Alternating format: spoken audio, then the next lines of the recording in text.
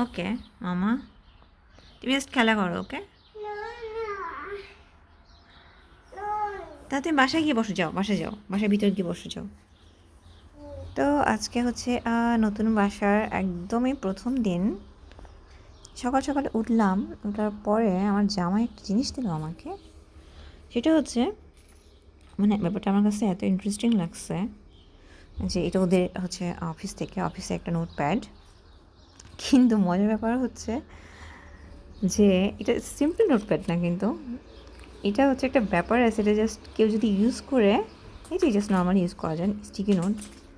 ওকে, then use করে এটা যখন আমরা ফেলে দেব, এটা ফেলে দিলে এটা থেকে একটা গাছ হবে। একটা না, আসলে অনেকগুলো গাছ হবে।